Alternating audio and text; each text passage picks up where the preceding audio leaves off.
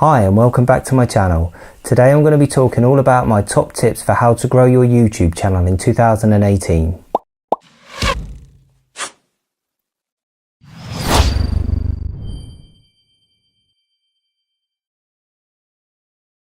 Last year I managed to grow my YouTube account from 10 subscribers to over 1,500 in less than 9 months. For a lot of people this number will be quite low, but I actually set myself a target of 100 subscribers by the end of the year, so I was really pleased with how I managed to finish off the year. However, I also know I could have done a lot better. Some of you will probably be asking yourself, who's this guy giving out tips on YouTube? What does he know? But I just wanted to share what worked for me, as I know that some of you are struggling like I did in the beginning. In May last year I had this momentum going where I was uploading 1 to 2 videos a week. My channel grew 700 subscribers in 3 months and then I lost it. I got so relaxed with uploading and then life just took over, and then I only started to gain about 1 to 2 subscribers every day. This year I am aiming to build on my early success that I had last year and setting myself a new target this year of 5 to 10,000 subscribers. It's 10,000 in my head, but I'm going to tell you 5,000 as I think that's probably a little bit more realistic. In the height of when I was growing quickly, I followed these simple steps which helped me. Number 1, having a visually appealing page that matches your brand is really important. Channel art and profile picture are very important, as it's the first thing that people see when they look at your channel. Having a banner that looks good is key. Number 2, as well as channel art, eye-catching thumbnails are just as important. What I like to do is see my YouTube feed as an extension of my Instagram feed. I see all too often that people will just let YouTube generate their own thumbnail for the video and it doesn't look good. What I do whenever I shoot a video is I actually shoot a dedicated photo specifically to use as the thumbnail. Another reason to put effort into your thumbnails is getting traffic from your video because it showed up as a suggested video on somebody else's. This can bring in some new subscribers as well. You want people to be drawn to your video off of the strength of your thumbnails, so just keep that in mind. Number 3, good SEO is very important in your title, description and in your tags. I hear so many people saying don't worry about this. I put a lot of effort into my videos, but I'm not prepared to experiment on the theory that it doesn't matter. I like to maximize my tags as best I can and my description. What I do is I look at my competitors' videos and see the tags that they use just to give me an idea of what tags work for them. I also add my keywords to my title and throughout the description and also in my tags as well. Doing this will really maximize your chances of your videos being seen. One thing I found that works quite well for me is I'll put the title of the camera that I'm using in the description, because some people might want to know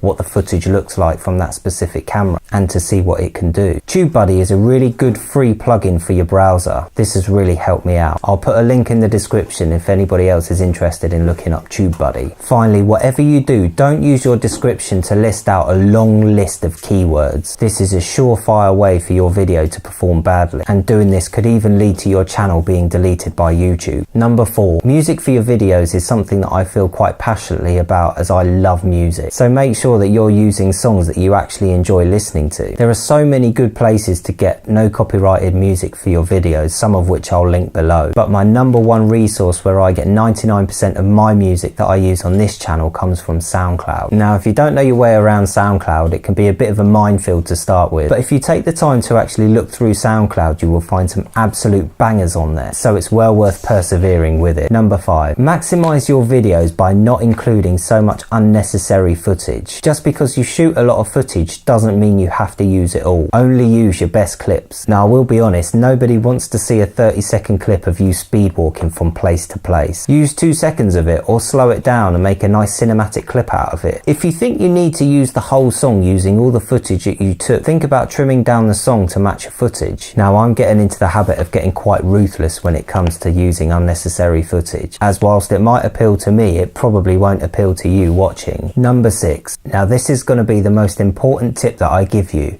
Engage, engage, engage. As with Instagram, the same goes for YouTube when you want to build up your audience. I get a lot of people subscribe to my channel because they've seen me comment on another person's video and they want to check out who I am and what I can do. So if you spend a bit of time looking at your competitors' videos and going through theirs and leaving nice, genuine comments, then chances are people will see that and want to come and check out your videos. Try to be as personable as you can be, especially if you know the person. Now, if you don't know the person, make it read as sincerely and genuine as possible. However, don't comment on other people's videos saying, hey, check out my channel, or hey, any small filmmakers want to support each other. Number 7. One thing I try and do on each and every video is to learn something new for each video that I edit. like a new technique or something like that, something that I haven't done before. I always like to learn new techniques and new ways of editing, so never stop learning. Don't get comfortable editing your videos the same way each and every time. Try to keep learning new filming and editing techniques and tips. Number 8. Finally, and this isn't really a tip, but I've seen a lot of very annoyed and angry people around the new YouTube rules about being in the partner program. My advice on this is don't start YouTube thinking that you're going to be the next big thing. Now, that might sound harsh, but it's not meant to be. It's like when you were younger and you dreamt of being the next big sports star making millions of pounds every year. The chances that you're actually going to make it are quite slim. I myself had the same dream when I was younger. I was going to grow up, be a footballer, earn millions of pounds a year, and that would be it. But sadly, it doesn't always work out that way. Don't start your YouTube because you think it's going to be a good way to make money. It's good to have dreams and aspirations, but make sure that you've actually got a backup plan. I started my channel as a way of documenting mine and my family's life. Now, this hasn't changed despite my channel getting demonetized soon. I didn't start out thinking that I was going to get rich through YouTube. I started out YouTube thinking that it would give me some opportunities which I might not have ordinarily had. And I have got some of those really good opportunities. I get opportunities outside of YouTube, but based on my videos being on YouTube. Brands and companies have seen the videos that I do and want to work with me because of what I can do and the channel that I have. So don't get disheartened by getting demonetized or not accepted into the program. It happens to all of us. Work hard on your content and the opportunities will still be there. I mean, to put it another way, getting demonetized means nothing for me. As of this video, I have 90,000 views and 1,600 subscribers. I have videos with 5,000, 10,000, 15,000 views, and I've made a grand total of about £25. So unless your videos are regularly getting views in the millions,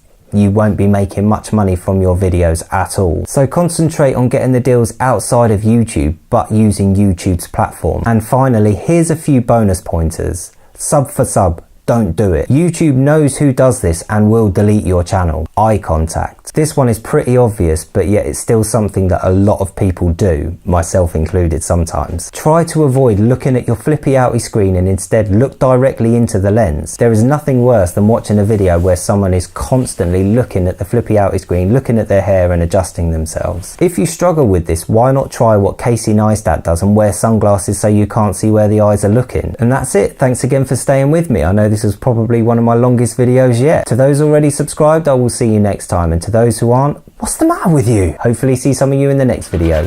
Laters.